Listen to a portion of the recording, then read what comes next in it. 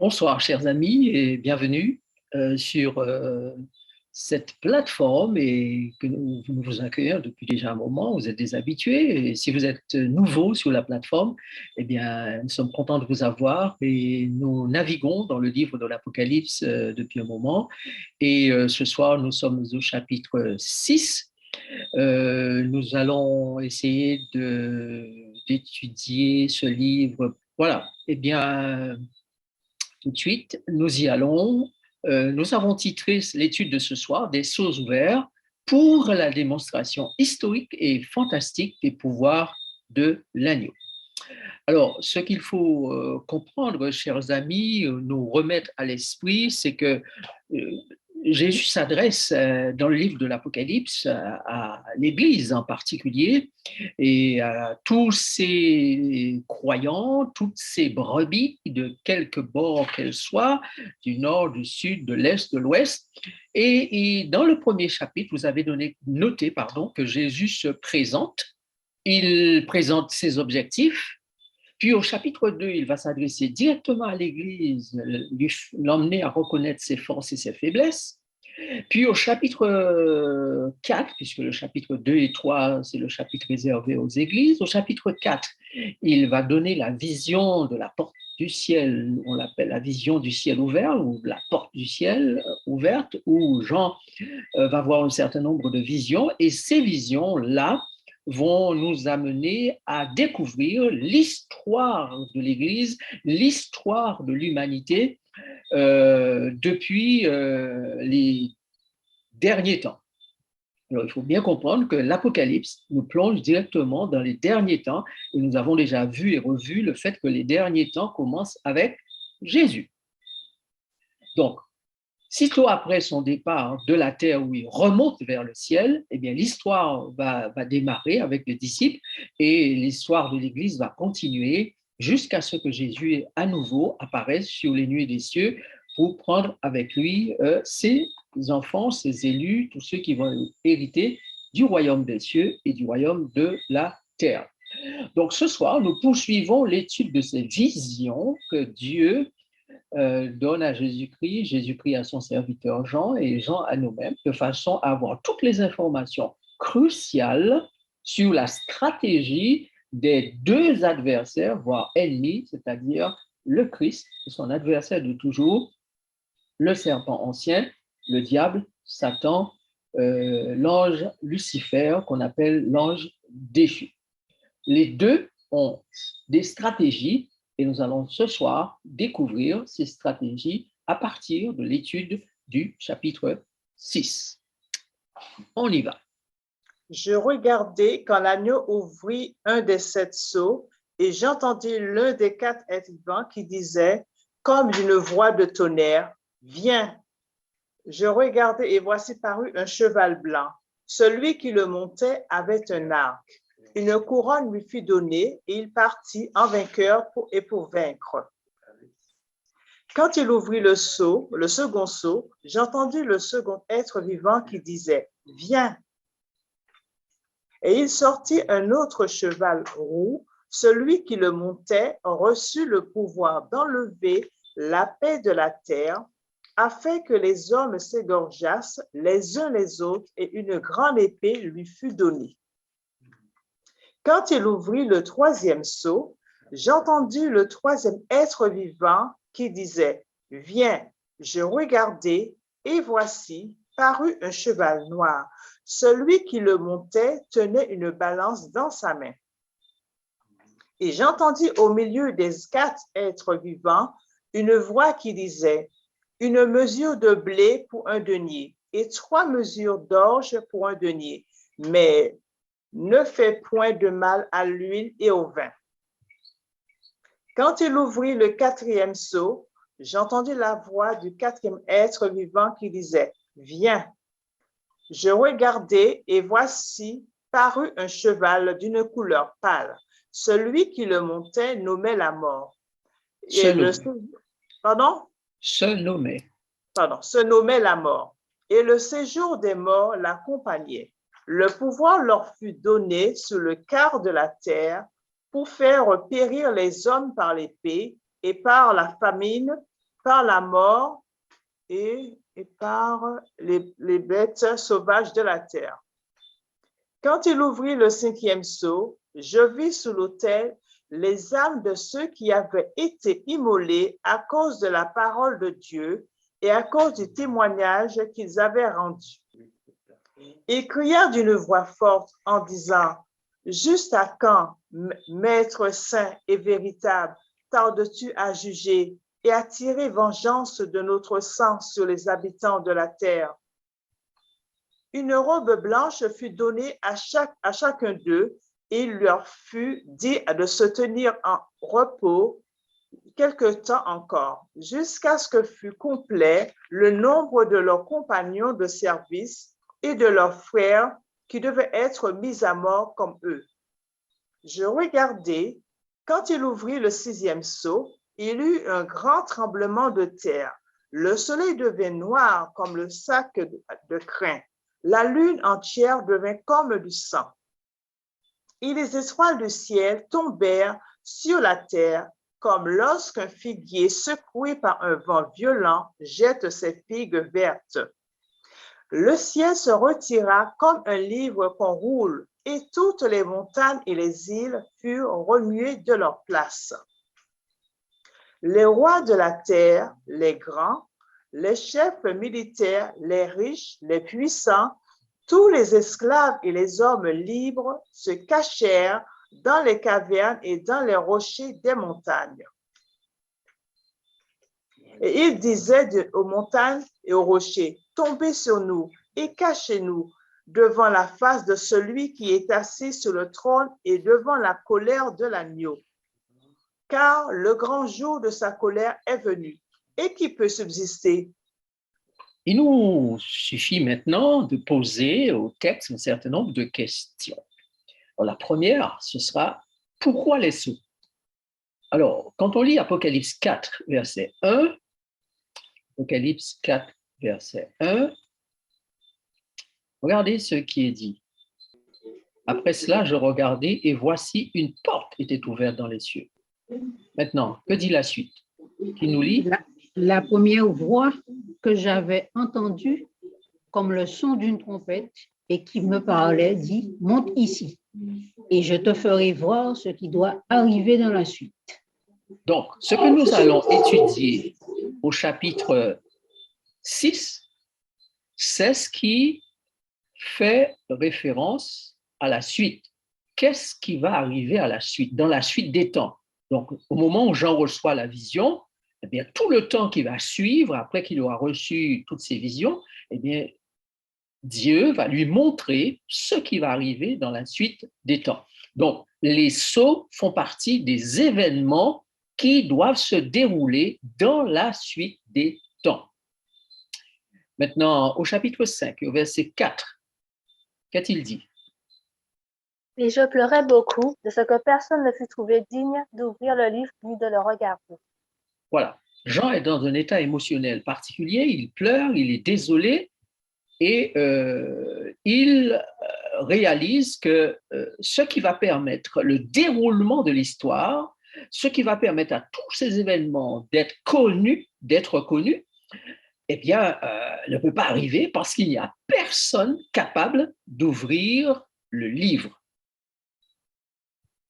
Donc, nous pouvons dire que les sceaux, ce sont les choses qui vont être prises en main par celui qui va ouvrir les sceaux, c'est-à-dire l'agneau, pour que à chaque sceau, Jean soit au courant de ce qui va se passer. Donc, en résumé, on poursuit. Nous avons 2 points importants qui nous permettent de répondre à la question. Pour que Jean sache ce qui va arriver dans la suite et sorte de sa peine et de sa désolation. C'est la première chose. Deuxième chose, il est important que le pouvoir ou les pouvoirs de l'agneau immolé et ressuscité se révèlent parce que lui seul est capable d'ouvrir les 7 sceaux, donc il a le pouvoir ou les pouvoirs pour ouvrir ces sceaux et ainsi l'histoire va se dérouler et Jean va découvrir cette histoire jusqu'à la fin des temps. Sous vos yeux, qui ouvre les sceaux? Chapitre 6, verset 1er. Qui ouvre les sceaux? Le texte dit, je regardai quand l'agneau ouvrit un des 7 sceaux et j'entendis l'un des 4 êtres vivants qui disait, comme d'une voix de tonnerre, viens. Maintenant, notez que le texte dit, il ouvrit un des sceaux. Il n'est pas dit, il ouvrit le premier sceau, second sceau, etc. Mais pour ce sceau, en tout cas, il est dit qu'il ouvrit un des sceaux. A-t-il commencé par le dernier, le milieu, le troisième, le quatrième, etc. En tout cas, il ouvre des sceaux et après, ça va suivre. On ne sait pas lequel il a ouvert en premier et on ne peut pas dire s'il les a ouverts dans l'ordre posé sur le document. En tout cas, il était parfaitement au courant du sceau qu'il devait briser en premier. C'est ce que nous devons retenir. L'agneau est au courant, il sait quel sceau il va ouvrir en premier, puis en second, puis en troisième, puis en quatrième, etc. Maintenant, il est important, chers amis, pour nous aussi de réaliser que Jean regarde attentivement ce qui va se passer. Il dit, là, il ne dit pas je vis, mais il dit je regardais, parce que ça m'intéresse. J'ai besoin de comprendre, j'ai besoin de savoir, maintenant qu'on a trouvé qui peut ouvrir les sceaux, qui peut briser les sceaux, Jean donne à cette ouverture des sceaux toute son attention. Toute son attention. Maintenant, l'ouverture des sceaux est accompagnée d'une invitation. Vous avez noté que la fin du texte, chapitre 6, verset 1er, dit qu'une voix dit « viens ». Alors, il s'agit pour nous de savoir à qui cette voix s'adresse. Et naturellement, le verset 2 va répondre, ainsi de suite, et nous allons comprendre que la voix s'adresse au cheval ou aux chevaux. Le cheval, quand il dit « viens », eh bien, le cheval s'amène, la vision du premier cheval a lieu, ensuite la vision du second, ensuite la vision du troisième, du quatrième. Donc, mais chaque fois, le cheval en question doit attendre que l'ordre lui soit donné de venir. Qui fait l'invitation? Probablement l'être à la face de lion, puisque à la suite du texte, il est dit le second être vivant. Alors, peut-être que c'est la bête est l'un des 4 êtres vivants. Bon, le texte n'est pas très précis là-dessus, ce n'est pas important. L'essentiel, c'est qu'un être vivant, en particulier, il est dit le second, va dire « viens ». L'un des 4 êtres vivants va dire « viens ». Okay? Maintenant, le cheval, lui, est le moyen de locomotion dans la vie des hommes de l'époque. Peut-être que si Jean avait la vision aujourd'hui, il verrait peut-être un avion qui arrive, ou une voiture qui arrive, ou une moto, je ne sais pas quoi. Mais le cheval, c'est le moyen de locomotion, c'est le moyen de se mouvoir, de se déplacer le plus rapidement possible. Et Jean voit le cheval. Celui qui le monte est donc en mouvement. Le cheval est en mouvement, celui qui le monte est en mouvement. Et la description de ce personnage est un cavalier qui est quelqu'un qui va conquérir. Alors, le cavalier, on va s'arrêter un peu sur ce cavalier, puisque il est dit au verset 2, voici parut un cheval blanc, celui qui le montait avait un arc, une couronne lui fut donnée et il partit en vainqueur et pour vaincre. Qu'est-ce que ce cavalier possède? Vous regardez le chapitre 6, verset 2 dans votre Bible et vous voyez que ce cavalier possède un arc et une couronne. Ça veut dire donc qu'il est un guerrier, qu'il est un prince, qu'il est un roi. Mais il a un objectif. Son objectif, c'est vaincre, gagner le combat. Donc, ce cavalier que nous allons découvrir, nous avons déjà l'assurance qu'il va se donner les moyens de vaincre. Donc, il n'est pas question qu'il perde la face devant cette situation qui est générée par les différentes étapes, les différents événements de l'histoire. Il va œuvrer pour gagner le combat. Maintenant, qui est-il véritablement? Alors là, je vous demanderai de prêter une attention particulière puisque nous allons découvrir le personnage en question et il est haut en couleur. Regardez le Genèse chapitre 49, versets 22 à 24. Joseph est le rejeton d'un arbre fertile, le rejeton d'un arbre fertile près d'une source. Les branches s'élèvent au-dessus de la muraille. Ils l'ont provoqué, ils ont lancé des traits. Les archers l'ont poursuivi de leur haine. Mais son arc est demeuré ferme et ses mains ont été fortifiées et par les mains du puissant de Jacob. Il est ainsi devenu le berger, le rocher d'Israël. Voilà. Alors, lorsqu'on lit au chapitre 49, le verset 25, vous allez voir qu'il est souligné ce texte dans votre Bible, ou notez-le, vous allez le lire, il est dit que c'est l'œuvre du Dieu ton Père qui t'aidera. C'est l'œuvre du Tout-Puissant qui te bénira. Des bénédictions des cieux en haut, des bénédictions des eaux en bas, des bénédictions des mamelles et du sein maternel. Et vous notez que lorsque l'on va dans le livre du chapitre Ésaïe, Ésaïe chapitre 9, que je n'ai pas mis dans le diaporama, mais vous avez noté que celui qui est né, un fils qui est né dans ce monde de Marie, qui est dit appelé admirable, conseiller, Dieu puissant, Père éternel, prince de la paix. Alors, ce sont ces mêmes expressions qui sont utilisées dans Genèse 49 que nous venons de lire. Donc, nous découvrons que le personnage qui monte le cheval n'est autre que le Fils qui nous est donné, l'admirable, le conseiller, le Dieu puissant, le Père éternel, le prince de la paix. Et vous notez que Jacob, dans la bénédiction qu'il offre à Joseph, assimile Joseph à ce personnage où il est dit que, par les mains du puissant de Jacob, Dieu son Père va l'aider, c'est l'œuvre du Tout-Puissant, etc., etc. Donc, on peut déjà entrevoir ici que le symbolisme que nous avons dans le livre de la Genèse, l'image ou la prophétie de Jacob concernant Joseph, est une prophétie qui s'apparente à un personnage qui va bien au-delà de la personne de Joseph. Car parler de puissant de Jacob, c'est l'œuvre du Dieu tout-puissant, de ton père, du Dieu de ton père, etc., donne à Joseph déjà une dimension qui va bien au-delà de sa personne. Mais il reste encore à découvrir vraiment qui le personnage est, même si nous avons ces quelques images de Moïse et d'Ésaïe, les deux prophètes. Allons maintenant dans Apocalypse chapitre 19, versets 11 à 16.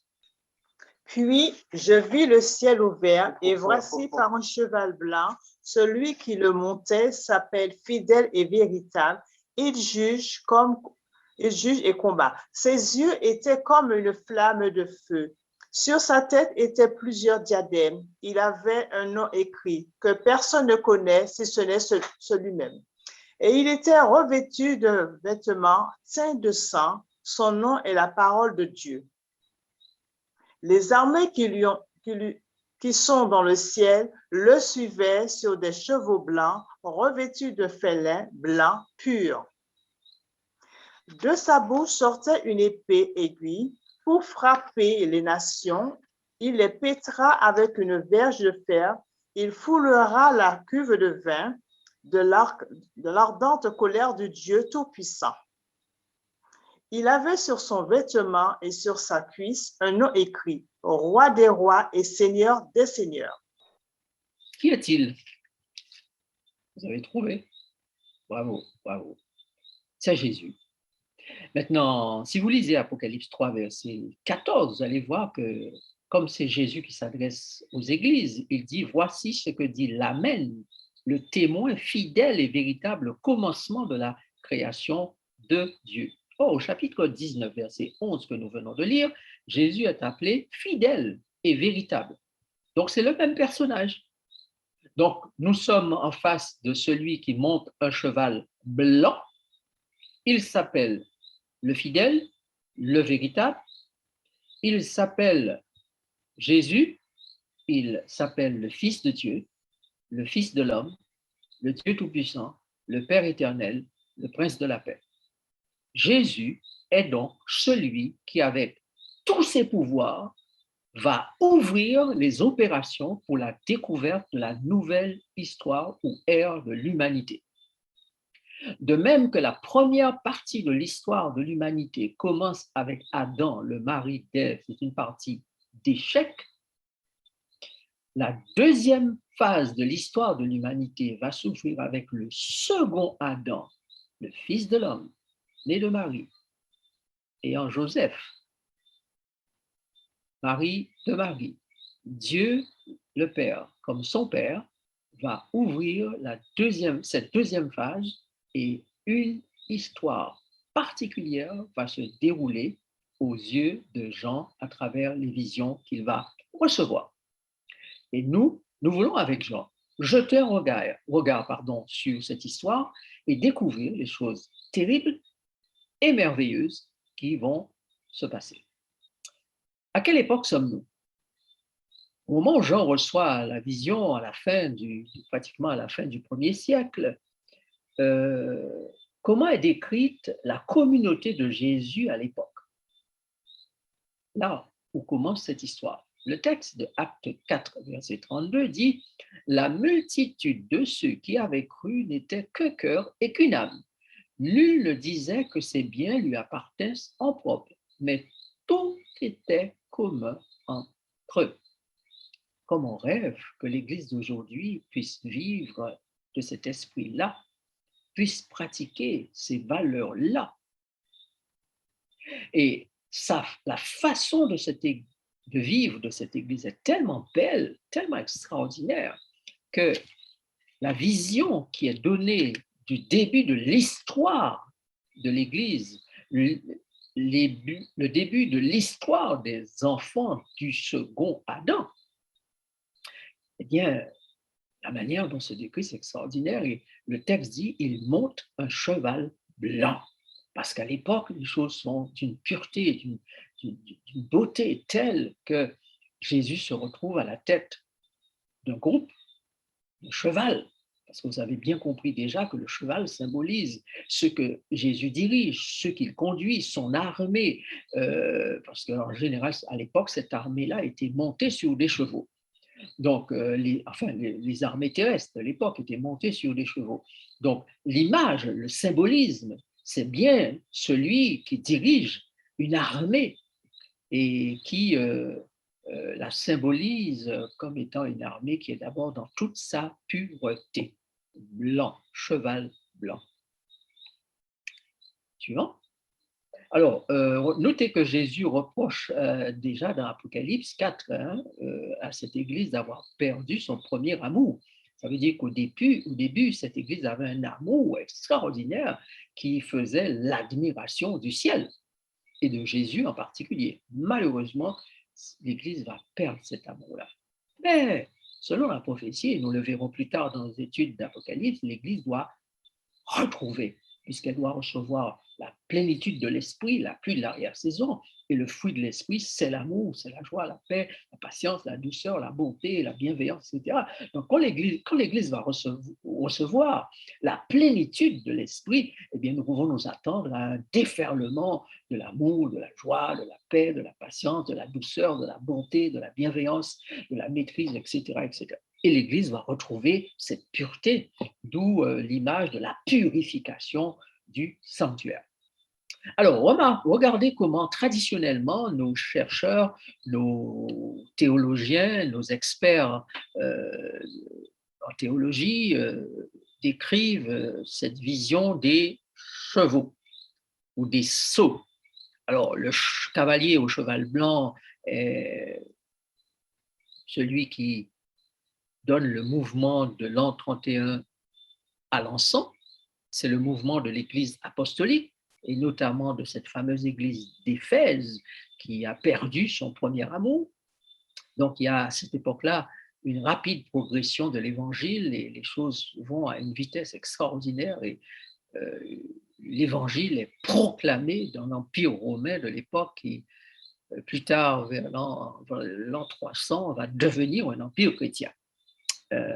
Maintenant, le deuxième cheval, qui est le cheval roux, vous avez noté qu'il va de l'an 100 à 313, donc c'est le mouvement qui va dans le temps entre l'an 100 et l'an 313, et pendant ce temps-là, l'Église va subir de grandes persécutions, de dures persécutions.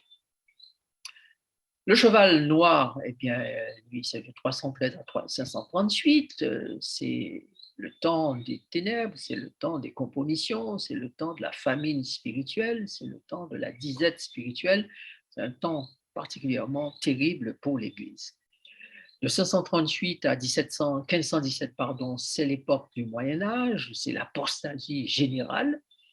Ensuite, nous avons les âmes sous l'autel, les 4 chevaux ont disparu. Maintenant, nous avons le texte de la vision continue par les âmes sous l'autel de 1517 à 1844. Nous avons cette église de Sardes, Philadelphie, le sang des fidèles qui témoigne des persécutions des siècles passés, les fidèles qui réclament que justice soit faite, etc. Et puis, il y a les signes célestes qui vont se déferler pour annoncer la fin. Donc, ça va de 1755 à la fin des temps.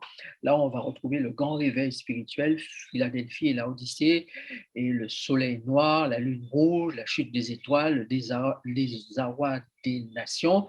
Et tout ça débouche sur un grand silence dans le ciel, puis sur le retour de Jésus. Alors, vous allez voir que le texte du silence est un texte très particulier, incrusté là, comme un cheveu sur la soupe, mais qui fait référence à quelque chose de bien spécifique. Alors, maintenant, lorsque vous lisez, revenez à Apocalypse chapitre 6, quand vous lisez le chapitre 6, chaque fois, vous avez l'intervention de 4 êtres vivants ou des 4 êtres vivants. Le premier être vivant qui intervient dit d'une voix de tonnerre, viens. Et vous aurez lu la suite, si vous avez lu la suite du texte, vous aurez noté que c'est le seul être qui parle et que sa voix est comme une voix de tonnerre.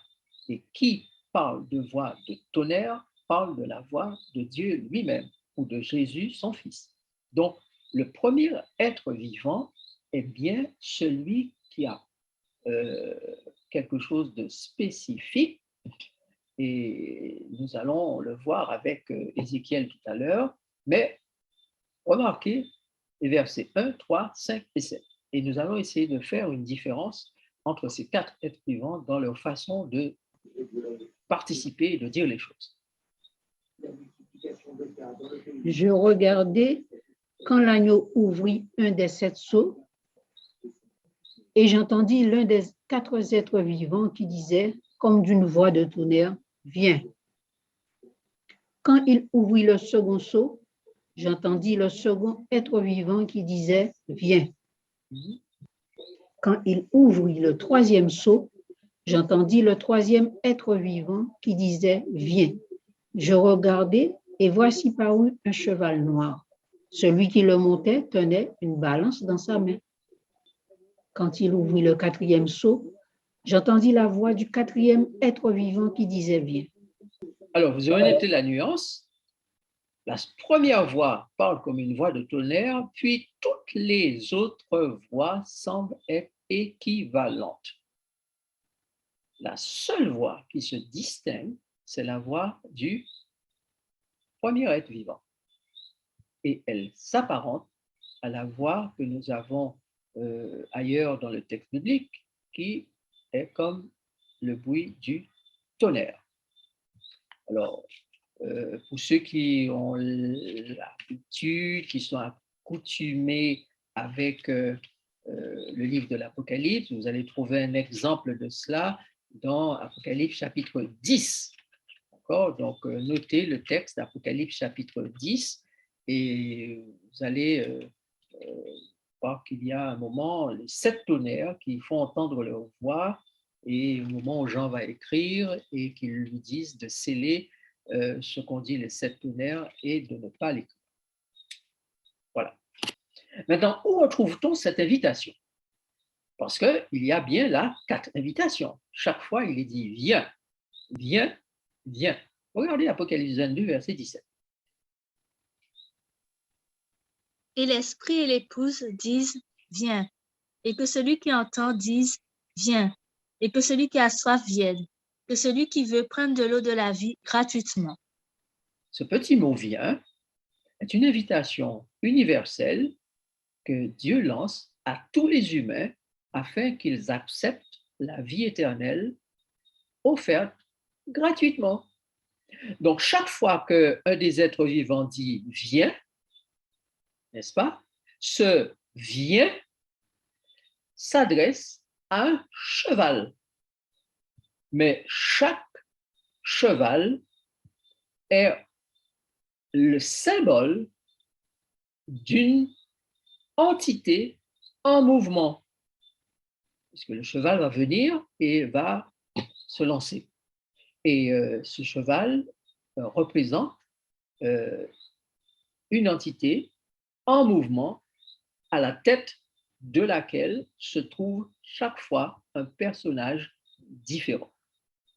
Donc, de même que Jésus s'adresse à l'Église au début du livre de l'Apocalypse, par exemple, on a les 7 lettres aux 7 églises et à chaque fois, il dit quelque chose de différent.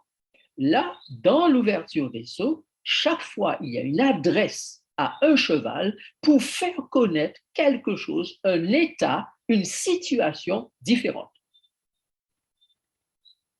Donc, chaque situation doit faire l'objet d'une attention particulière ou doit retenir notre attention, car ces situations-là seront des révélations de l'histoire, des révélations extraordinaires de ce que la préscience divine connaît déjà et que par condescendance, amour pour notre bien, pour notre devenir, eh bien, elle nous fait connaître et nous devons nous y intéresser.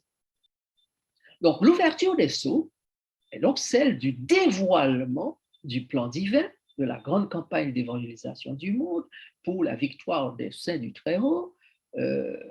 L'agneau va mener cette campagne, puisque vous avez noté qu'au début, celui qui paraît sur le cheval blanc, c'est Jésus. Jésus est l'agneau, donc c'est l'agneau qui démarre la campagne.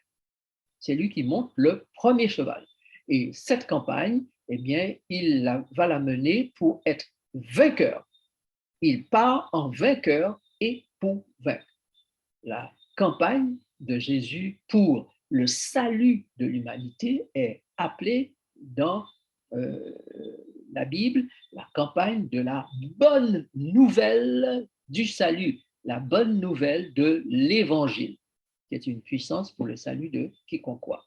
Mais puisqu'il va y avoir de l'opposition à cette campagne, donc nous allons retrouver le monde avec ceux qui sont pour l'agneau, ceux qui sont contre l'agneau, celui qui dirige ceux qui sont contre l'agneau et celui qui dirige ceux qui sont pour l'agneau. Donc, il va y avoir des affrontements terribles entre ces deux camps parce qu'il y a un camp qui ne veut pas que la bonne nouvelle de l'Évangile parvienne à l'humanité et sauve le plus grand nombre. La question suivante. Donc, Paul et sa philosophie de la grande mission nous décrivent cet évangile dans les termes suivants, car je n'ai point honte de l'évangile, c'est une puissance de Dieu pour le salut de quiconque croit, du juif premièrement, puis du grec. Donc, cette puissance du conquérant Jésus, du conquérant l'agneau, de celui qui monte le cheval blanc, cette puissance, c'est l'évangile, qui est une puissance de salut pour le juif, pour le grec, donc ça veut dire pour celui qui appartient à Dieu, comme celui qui n'appartient pas encore à Dieu, mais qui va entendre cette nouvelle et qui va être sauvé, mais aussi pour ceux qui appartiennent déjà ou qui appartenaient déjà à l'époque du peuple de Dieu, le peuple juif, qui eux aussi ont besoin d'entendre cet évangile éternel.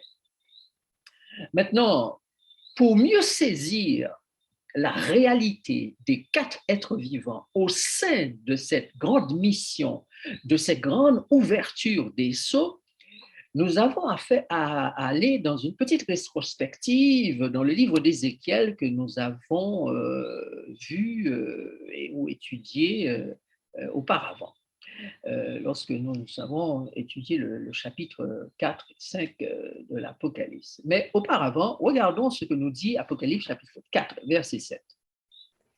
Le premier être vivant est semblable à un lion. Le second être vivant est semblable à un veau. Le troisième être vivant a la face d'un homme.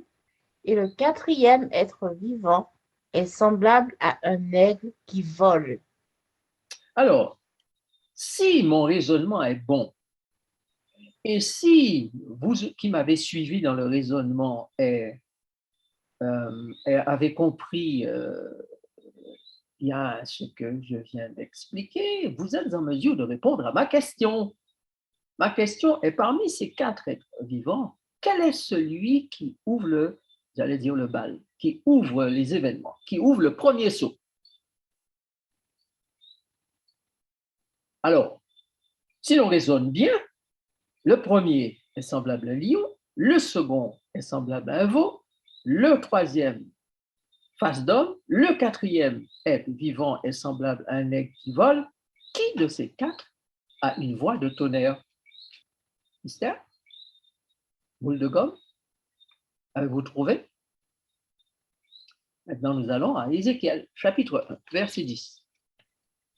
Quant à la figure de leur face, ils avaient tous une face d'homme, tous 4 une face de lion à droite, tous 4 une face de bœuf à gauche et tous 4 une face d'aigle.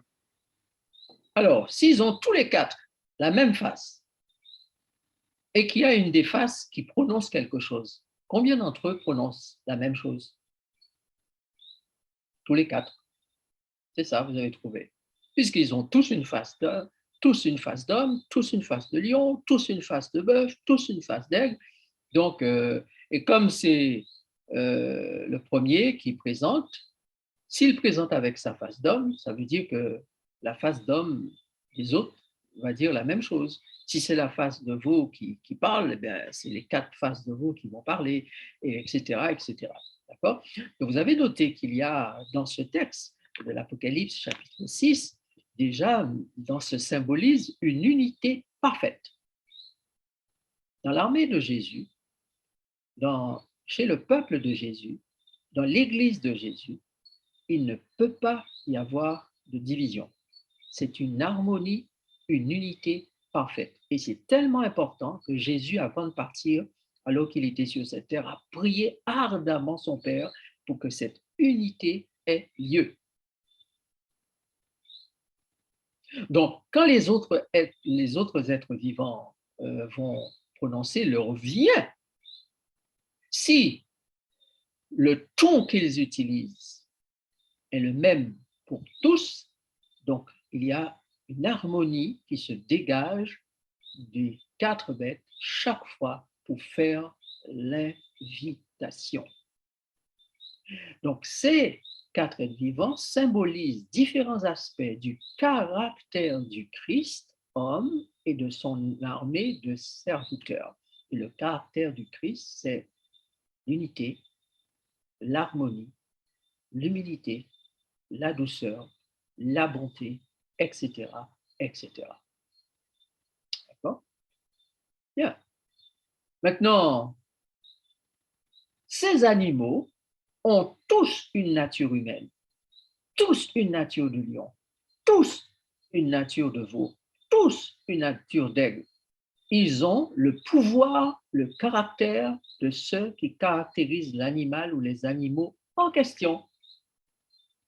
Donc, ça veut dire que tous les 4 possèdent ce que possède chacun. Donc, ils ont ensemble des choses qui sont communes, c'est-à-dire une nature d'animal, tous 4, une nature humaine, tous 4.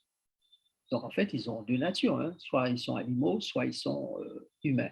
Donc, ça veut dire que la nature animale, la nature humaine, tous les quatre ont cette double nature, fils de l'homme et fils de la nature charnelle, animale, comme le dit la Bible. Bien, l'homme est caractérisé par le pouvoir de domination. Genèse chapitre 1, verset 27, nous avons bien là où Dieu dit à l'homme qu'il doit dominer sur l'image, sur la nature. Regardez ce que dit Genèse chapitre 1, verset 27. Dieu créa l'homme à son image. Il le créa à l'image de Dieu. Il créa l'homme et la femme. Alors, j'ai oublié de mettre le verset 28, en fait. C'est le verset 28 qui précise ça, hein, mais le verset 27 est très important. On va lire le verset 28. Merci. Dieu les bénit et Dieu leur dit, soyez féconds, multipliez, remplissez la terre et la sujettissez, et dominez sur les poissons de la mer, sur les oiseaux du ciel et sur tout animal qui se meut sur la terre. Alors, donc, on remarque ici que si les animaux ont une face d'homme, donc, puisque Dieu a donné à l'homme le pouvoir de domination, donc ça, on peut dire que c'est une caractéristique particulière de celui qui a la nature de l'homme, donc il a la domination. Le lion est caractérisé par sa force, sa domination, sa détermination, il est de nature animale uniquement. Le bœuf ou le veau est caractérisé par le fait d'être offert en sacrifice pour nourrir et être au service de l'humanité. Hein. Il met à tirer la charrue, à labourer la terre, etc. En général, ces animaux-là sont des animaux qui deviennent des animaux domestiques pour servir. Et puis l'aigle, on connaît l'aigle pour sa capacité à prendre de la hauteur, à voir de très très loin.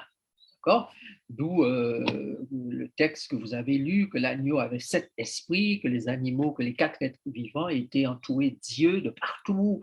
Donc, ils avaient une vision très perspicace, très précise des choses. Bien.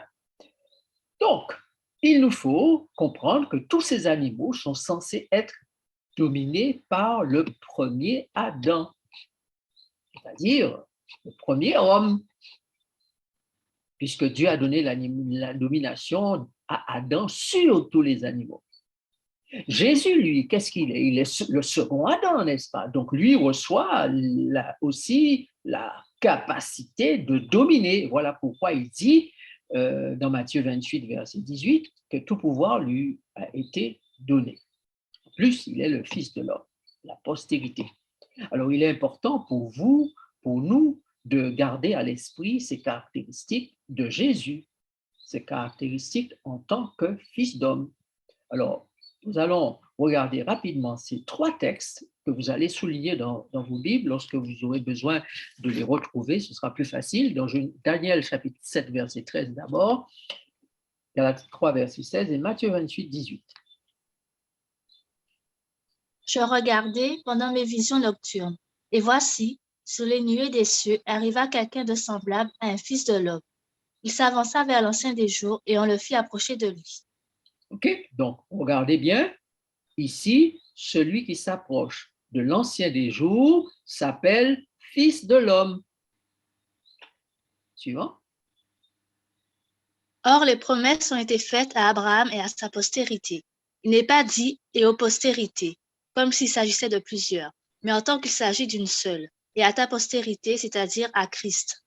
Donc, on souligne que la postérité d'Abraham, puisque Dieu lui avait promis des enfants en nombre comme des étoiles, aussi nombreux que les étoiles du ciel, n'est-ce pas? Vous vous souvenez de Genèse chapitre 12. Mais Paul prend le texte, il dit, il n'est pas dit aux postérités, comme s'il s'agissait de plusieurs, mais en tant que seule une postérité, et il dit que cette postérité-là, c'est Christ. Suivant. Jésus, s'étant approché, leur parla ainsi. Tout pouvoir m'a été donné dans le ciel et sur la terre. Voilà. Adam, lui, il a reçu uniquement le pouvoir sur la terre, mais Jésus, second Adam, reçoit le pouvoir sur terre et dans le ciel. Donc, un pouvoir double, bien supérieur à celui d'Adam, le mari d'Ève. On poursuit. Donc, tous ces animaux, pour Adam, les animaux de la terre, pour Jésus, ce ne sont pas des animaux, mais ce sont des hommes qui ont la nature animale.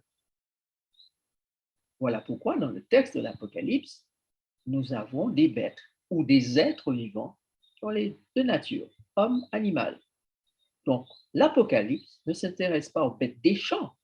L'Apocalypse s'intéresse aux bêtes qui sont d'une nature double, c'est-à-dire homme, animal.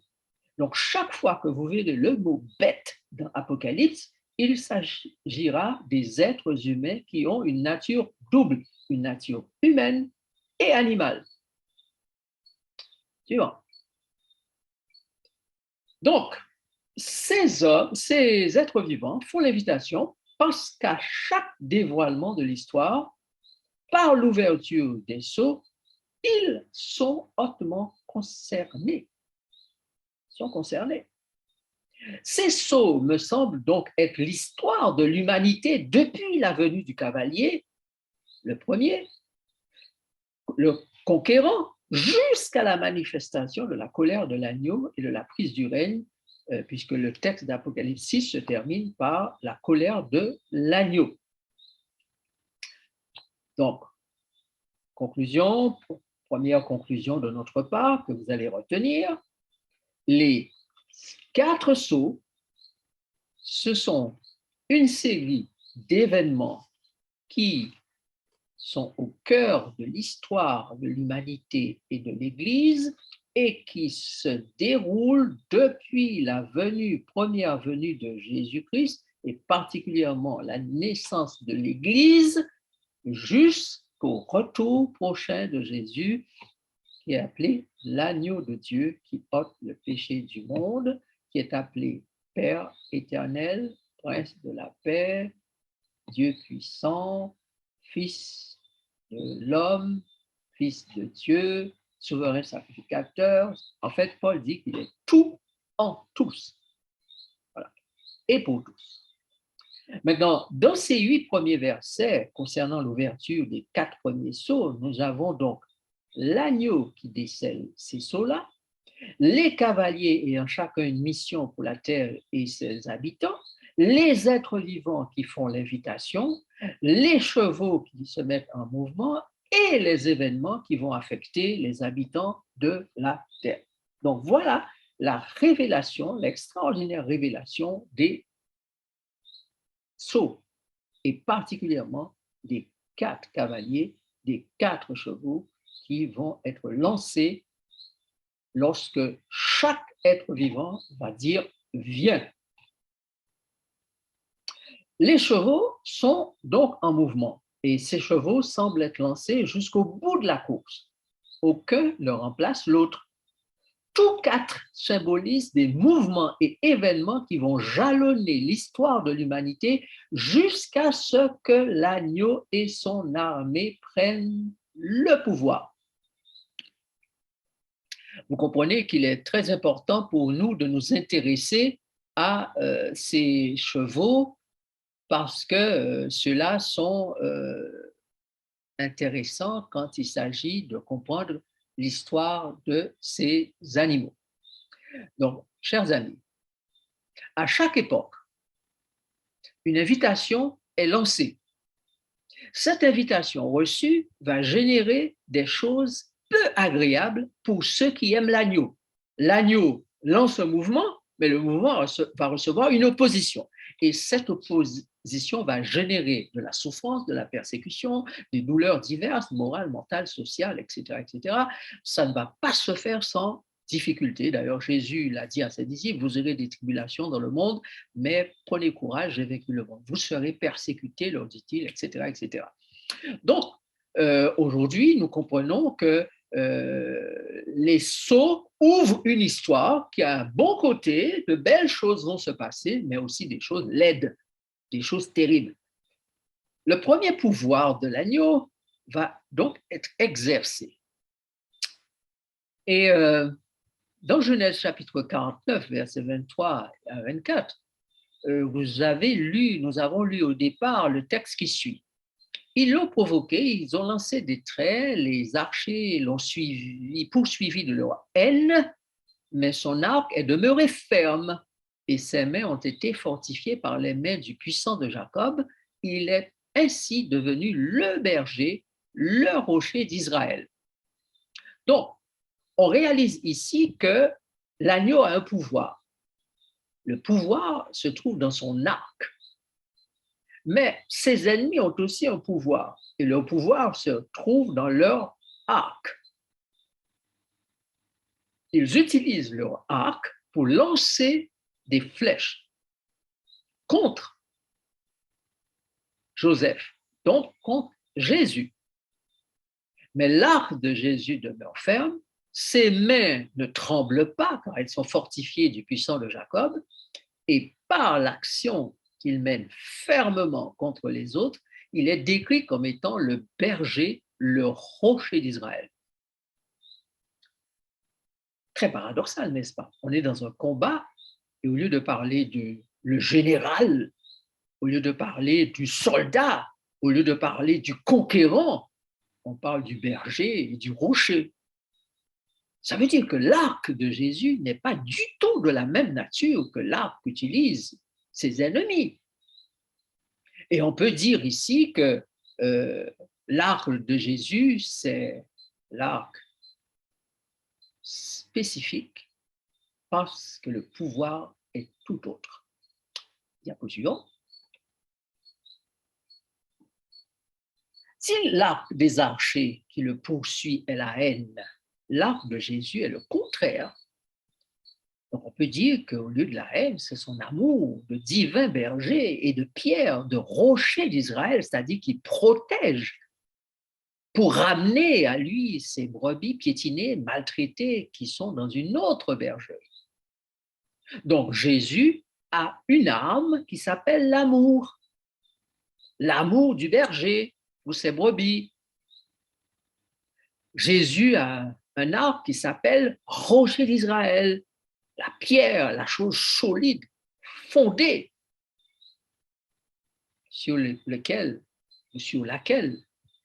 on peut s'appuyer sans risque de tomber. Donc, les brebis peuvent compter sur le berger, ceux qui sont maltraités peuvent compter sur ce rocher d'Israël qui sont debout pour nous, plein de pouvoir et plein de puissance. Dans l'évangile de Jean, chapitre 10, verset 16, voici ce que Jésus déclare à ceux qui l'écoutent. Jean 10, verset 16. J'ai encore d'autres brebis qui ne sont pas de cette bergerie. Celles-là, il faut que je les amène. Elles entendront ma voix et il y aura un seul troupeau, un seul berger. Voilà. Donc, il y a des brebis du Christ. Tu peux passer au texte suivant. Des brebis qui vont être entre les mains d'autres mercenaires, d'autres bergers, une autre bergerie. Eh bien, Jésus a l'intention de ramener, donc de remporter la victoire sur les autres casernes, les autres bergeries qui habitent, où sont ces brebis, où sont hébergées ces brebis. Il va se trouver le moyen par l'arme puissante, toute puissante qu'il possède, de les ramener à lui. Donc c'est par l'amour que Jésus triomphera de tous ses ennemis. C'est son tout premier pouvoir pour le triomphe, le pouvoir de l'amour. Et ceux qui sont animés de l'esprit humain et de l'esprit satanique trouvent ça ridicule. Tu vas te battre avec l'amour. Dans ce monde-là, tu espères que les gens vont t'aimer. Bon, l'amour, qui peut faire triompher, méchant comme sont les humains. Mon cher, il faut utiliser les bonnes armes. Hein. Et toi qui es doux, humble, gentil, etc., ben, tu vas te faire piétiner. Hein. Le texte dit que c'est par l'amour que Jésus va triompher. Le deuxième pouvoir de l'agneau, Apocalypse chapitre 6, versets 3 et 4 et Éphésiens 6, verset 17. Quand il ouvrit le second sceau, j'entendis le son être vivant qui disait, viens.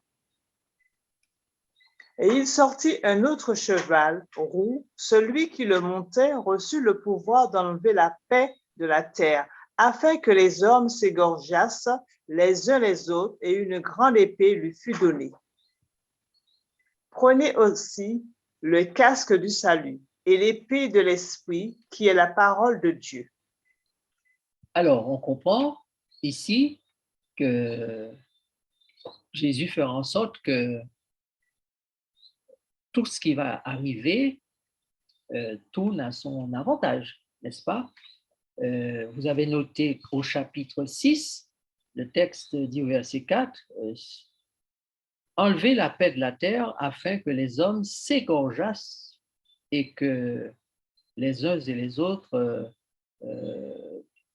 ils s'égorgent mutuellement, les uns se soulèvent contre les autres, donc les humains contre les humains, et, mais à celui qui monte le cheval, une épée lui est donnée. Le cheval est un cheval roux.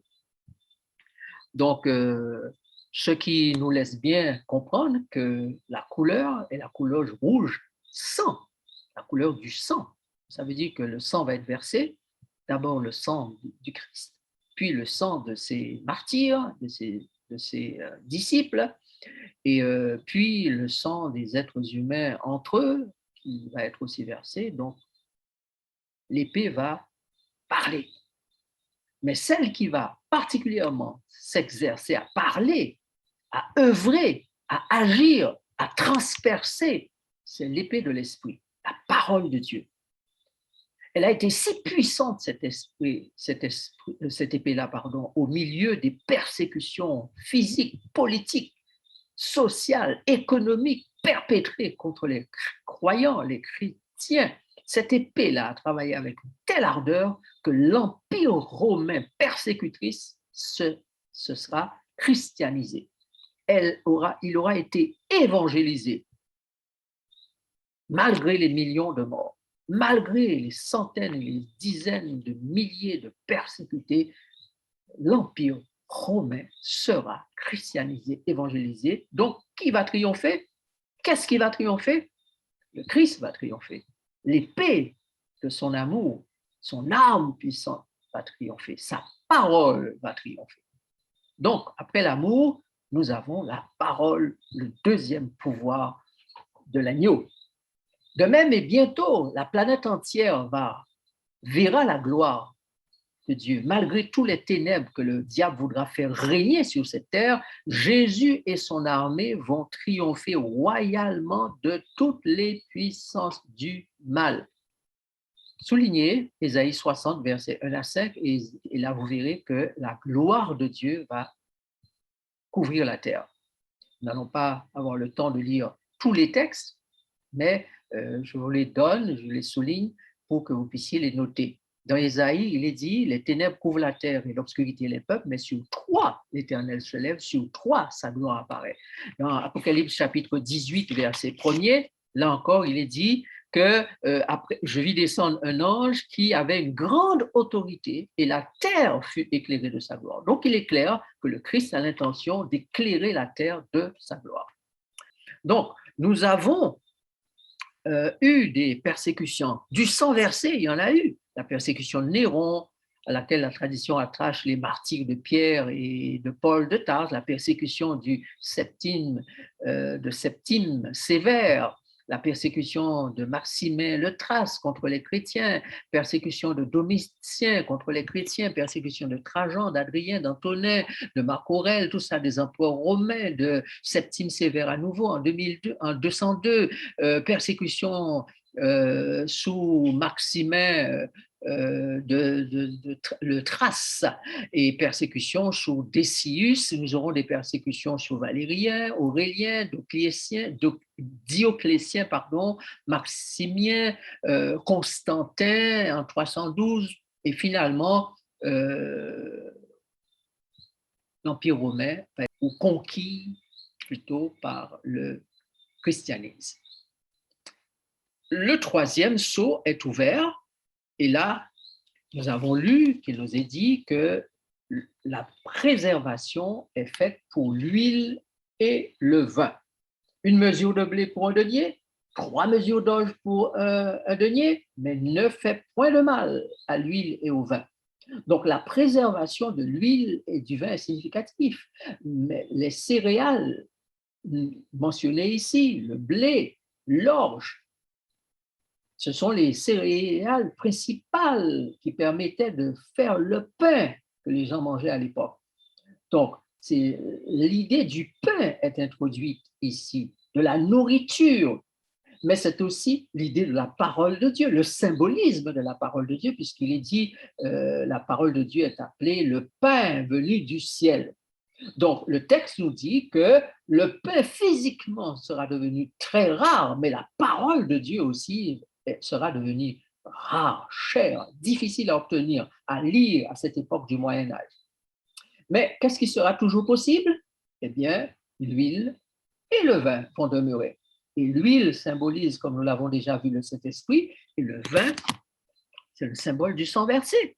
Donc, le sang sera toujours disponible, le Saint-Esprit sera toujours disponible pour tous ceux qui le veulent, même si on est dans la pire des situations, physiquement, socialement et autrement parlant dans ce monde, on peut toujours tourner son cœur et son esprit vers Dieu et obtenir les bénéfices de l'huile et du vin.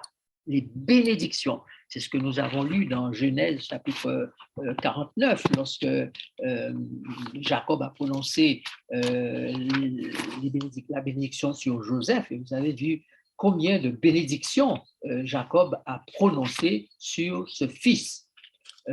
J'ai noté ici qu'il est dit bénédiction des cieux en haut, bénédiction des eaux en bas et bénédiction des mamelles et du sein maternel. Voilà. Donc, Dieu promet des bénédictions à ceux qui sont attachés à lui et qui considèrent avec beaucoup d'amour sa parole. Alors, le quatrième pouvoir de l'agneau, Apocalypse chapitre 6, verset 8, on va lire, Apocalypse, c'est parmi les derniers textes qu'on va lire. Je regardais et voici parut un cheval d'une couleur pâle. Celui qui le montait se nommait la mort, et le séjour des morts l'accompagnait. Le pouvoir leur fut donné sur le quart de la terre pour faire périr les hommes par l'épée, par la famine, par la mortalité et par les bêtes sauvages de la terre. Donc, au moment où le quatrième sceau est ouvert, voilà une histoire terrible qui va se dérouler sur cette planète Terre. Mais on note ici que le sceau révèle le pouvoir de la mort. C'est un pouvoir double. La mort qui est l'arme puissante de Satan, mais c'est aussi la mort de l'agneau par le sang versé dont nous avons vu tout à l'heure, dont nous avons parlé tout à l'heure, qui va délivrer de la mort. Mais quand le diable a le pouvoir de la mort entre ses mains, eh bien, il tient les êtres humains prisonniers. Et d'ailleurs, c'est ce que dit Hébreux chapitre 2, versets 14 et 15, où il est dit qu'il a la puissance de la mort, le diable, et qu'il va falloir que Jésus délivre tous ceux qu'il tient comme étant sous sa puissance, sous sa servitude. D'accord? Vous prendrez le temps de lire le texte. Et puis Apocalypse chapitre 1, versets 17 et 18, où Jésus dit qu'il tient les clés de la mort et du séjour des morts. Ne crains point, je suis le vivant, le dernier, le vivant, j'étais mort. Et voici, je suis vivant au siècle des siècles, je tiens les clés de la mort et du séjour des morts. Donc même si le diable utilise la mort, le pouvoir de la mort qu'il possède contre nous, eh bien, au chapitre 12, verset 11 de l'Apocalypse, Jésus fait une belle promesse à ses enfants. Il dit au verset 11, ils l'ont vaincu à cause du sang de l'agneau et à cause de la parole de leur témoignage. Ils n'ont pas aimé leur vie jusqu'à craindre la mort. Donc, au 6e chapitre et au 4e sceau, le Christ invite ses enfants à savoir deux choses. Un, qu'ils vont être probablement est très certainement victime du diable, victime de la mort. Aujourd'hui, beaucoup sont menacés de mort sociale, de mort physique, par les puissances sataniques et diaboliques. Donc, à l'avance, Jésus nous a dit que l'une des choses que le diable va utiliser, c'est la puissance de la mort. Mais ne craignez pas, même s'il fait périr les hommes par l'épée, la famine, la mortalité, par les bêtes sauvages, pas grave, j'ai le pouvoir de la résurrection. J'ai la clé de la mort et du séjour des morts. Heureux dès à présent les morts qui meurent dans le Seigneur. Donc, le plus important, ce n'est pas d'avoir peur de la mort, de mourir. Le plus important, c'est d'avoir peur d'être en Christ. Craignez de ne pas être en Christ. Car si la mort vous attrape et que vous n'êtes pas en Christ, vous êtes perdu. D'accord? Et le diable va utiliser le pouvoir de la mort terriblement en ces derniers temps. Donc, le message de l'agneau pour nous, c'est « N'ayez pas peur ». Maintenant, comment l'agneau va-t-il mener sa campagne? La campagne de victoire. Donc, l'ouverture des sceaux est celle du dévoilement du plan divin, nous avons dit, et la grande campagne pour la victoire des saints du Très-Haut. L'agneau mène la campagne. Donc, ce n'est pas le président de l'Église, le chef des églises, ou les pasteurs, ou les anciens, ou les dirigeants d'église qui mènent la campagne. La campagne est une campagne menée par l'agneau de Dieu.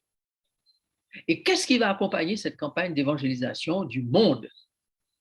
Suivant. Donc, il y aura le sang versé, les persécutions, mais le sang sera la semence de l'évangile. Et vous allez souligner Matthieu chapitre 5, versets 10 à 12, où Jésus dit à ses disciples de ne pas avoir peur de la persécution. Ils vont être persécutés, mais le royaume des cieux est à eux. L'attaque contre ceux qui nourrissent essentiellement les hommes. Donc, le diable va s'arranger pour lutter, pour faire en sorte que les êtres humains puissent avoir des problèmes dans pour la nourriture, le manger et le boire. Donc, plus on approche de la fin des temps, plus cette stratégie satanique sera évidente. Ce sera la destruction des ressources planétaires qui nourrissent les humains, ou qui nourrissent les humains. Le caractère du diable se révélera de plus en plus, et nous savons que son caractère, c'est menteur et meurtrier. Mais l'univers tout entier a besoin de voir ce caractère du diable qui se révèle, car comme il est menteur, il est séducteur, il se présente souvent sous la forme d'ange de lumière, mais il faut que l'ensemble, la totalité de son caractère soit visible pour tout l'univers, et Dieu s'arrangera pour qu'il en soit ainsi. Mais il faut aussi, avons-nous vu, que la gloire de Dieu soit manifestée. D'accord? Le massacre en règle de la race humaine par celui qui a le pouvoir de la mort et dont les démons vont exciter même les bêtes sauvages contre les humains sera en règle à la fin des temps. Et nous avons vu dans Hébreu qu'il est dit que Jésus est venu pour délivrer les êtres humains de la puissance du diable. La quatrième chose que nous devons retenir, c'est que la parole en action pour l'évangélisation va faire une œuvre extraordinaire. Malgré l'œuvre satanique, la parole de Dieu va faire une œuvre extraordinaire. Les paroles de Jean à la suite dans le texte, puisque nous sommes dans Apocalypse chapitre 6, quand il dit au verset 6 que les âmes sont sous l'autel, comme nous l'avons lu, et que la question est posée: jusqu'à quand, maître, tarderas-tu à tirer vengeance de notre sang? Et que le texte dit qu'une robe blanche leur fut donnée en leur disant de patienter jusqu'à ce que les restes des serviteurs soient marqués du sceau. Eh bien là, nous avons l'exercice du jugement, le jugement en action pour compter et rassembler toutes les brebis du Seigneur. Nous aurons aussi la prise du pouvoir à la suite, au verset 12 jusqu'au verset 17, c'est l'annonce d'une prise de pouvoir bientôt une réalité, ou qui est déjà en train de devenir une réalité. Et les signes sont en train d'être vus sur la terre que le règne du Christ est en train de se mettre en place. Donc la prise du pouvoir sur toute la planète, sur tout le cosmos, n'est-ce pas, occupé par les forces sataniques, les signes dans le soleil, la lune, les étoiles vont attester que la prise du règne est une réalité. Même si le règne n'est pas encore visible, les signes que l'on voit autour de nous sont en train de nous dire que Jésus a pris le pouvoir, il le prend graduellement. D'ailleurs, il veut le prendre dans nos cœurs, puis il va le prendre sur la planète Terre, et ensuite la planète Terre et tout ce qui l'entoure, comme espace cosmique, eh bien, va être débarrassé des démons pour retrouver la quiétude, la paix, etc. Suivant. Apocalypse chapitre 8, versets 1 à 4, qui est l'ouverture du 7e sceau. Nous aurons l'occasion de revenir là-dessus, puisque voyez, nous passons du chapitre 6 au verset 8, et tout ce que nous verrons au chapitre 7, par exemple, nous allons devoir revenir sur cet aspect-là. Mais lorsque nous lisons les versets 1 à 4, Apocalypse 8, versets 1 à 4, on va demander à une personne de lire pour la dernière fois. Quand il ouvrit le 7e sceau, il y eut dans le ciel un silence d'environ une demi-heure. Et je vis les 7 anges qui se tiennent devant Dieu, et 7 trompettes leur furent données. Et un autre ange vint, et il se tint sur l'autel, ayant un encensoir d'or. On lui donna beaucoup de parfums, afin qu'il les offrît, avec les prières de tous les saints, sur l'autel d'or qui est devant le trône. La fumée des parfums monta, avec les prières des saints, de la main de l'ange devant Dieu. Vous avez noté, chers amis, que quand le 7e sceau est ouvert, il y a un silence, mais ce qui nous intéresse, c'est qu'un autre ange qui vient et qu'il a un positionnement sur l'autel, il tient un encensoir, il a beaucoup de parfums, il va les offrir avec les prières de tous les saints sur l'autel d'or qui est devant le trône, c'est-à-dire l'autel qui se trouve dans le lieu saint qu'on appelle l'autel des parfums, et il va y avoir la fumée, les prières des saints qui vont monter devant l'ange de Dieu. Puisque le texte là fait référence à l'activité du lieu saint, donc on peut dire que peu de temps après que le ministère du lieu saint ait été ouvert, les anges aux 7 trompettes vont accomplir leur devoir. Et ce silence est avec plusieurs significations, me semble-t-il, et je vous propose de considérer que juste avant la crucifixion de Jésus, il y a eu un silence dans le ciel. Le Père ne répondait plus, le ciel était muet, d'où la question de Jésus, mon Dieu, pourquoi m'as-tu abandonné? Ça a été le grand silence dans le ciel au moment où Jésus est sur la croix. Le Père s'est retiré, le ciel s'est retiré de lui, il est dans les ténèbres totales et il crie vers Dieu, mon Dieu, pourquoi m'as-tu abandonné?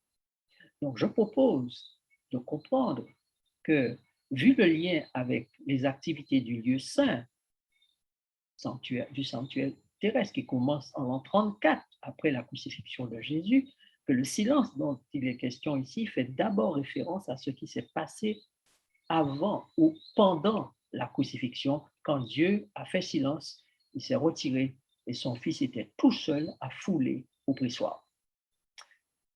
Mais ce même texte fait référence aussi au jugement divin et l'installation du pouvoir, et plus loin, le retour du roi des rois. Donc, le texte de l'ouverture du 6e et du 7e sceau font référence, ces deux textes, au jugement divin, l'installation du pouvoir, le retour du roi des rois, le Seigneur des seigneurs, ce que nous pouvons lire dans Apocalypse 11, versets 15 à 19 et Apocalypse 19, versets 11 à 16, que nous avons déjà lus. Diapo suivante, on termine, résumons. Alors, il y a deux stratégies, la stratégie de la bête terrible, le diable, et ses comparses, tous ceux qui s'associent avec lui. La Bible appelle ça la bête. Apocalypse 13. Attaque contre la chair, c'est-à-dire ce qui symbolise le moral, le mental, le physique, par la persécution. Attaque contre les ressources vitales, la santé, l'environnement. Attaque contre les êtres vivants par la mort, les massacres, les tueries, les mensonges, la coercition. Corruption, dégradation, puisque vous avez le cheval qui passe du blanc au pâle. Blanc, rouge, noir, pâle, dégradation. Le soulèvement des bêtes sauvages ou nations, pouvoir politique, pouvoir religieux contre l'agneau. Donc, quand on parle de bêtes sauvages ici, ça a un symbolisme. On parle ici des nations, car vous savez que dans la prophétie biblique, les bêtes représentent des peuples, des pouvoirs, des nations. Donc, Satan va exciter les êtres humains, les nations, les pouvoirs politiques et voire même religieux, parce que dans la Bible, même le pouvoir religieux est aussi assimilé à une bête. Donc, ces bêtes-là vont se soulever contre l'agneau et ses fidèles. D'ailleurs, c'est la description de ce soulèvement que l'on a dans Apocalypse 18 et Apocalypse 19. Ensuite, l'agneau, lui, a une autre stratégie. La proclamation de la parole de son amour et de sa loi d'amour, c'est ce qu'on appelle globalement l'évangélisation, le don gratuit de son esprit, de sa vie ou de son sang pour le salut des êtres humains, son invitation à la vie éternelle et à reconnaître la vérité, et particulièrement la vérité présente, ses révélations prophétiques, la certitude qu'il donne, qu'il s'occupe de notre sort et a tout pouvoir, c'est ce qu'on appelle l'intercession et la purification, et puis la promesse de son retour, le déferlement de sa colère et de ses jugements pour mettre fin à l'histoire terrible de la grande controverse. La conclusion, face à la destinée du monde, entre les mains du diable, le Christ veut dévoiler, chers amis, déceler toute l'histoire qui révèle son amour, sa paix, sa patience, sa bonté, sa douceur, sa fidélité et sa maîtrise des choses et du temps, tous ses pouvoirs. Mais il dévoilera aussi le caractère menteur et meurtrier du diable, de Satan, qui de toujours veut tromper et détruire les êtres humains. Chacun devra choisir son camp, son chef d'armée, sa destinée.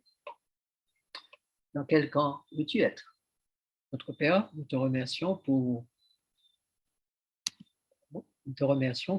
ce moment que nous avons passé ensemble à découvrir l'agneau et ses pouvoirs et la capacité qu'il a à contrôler les puissances diaboliques et sataniques.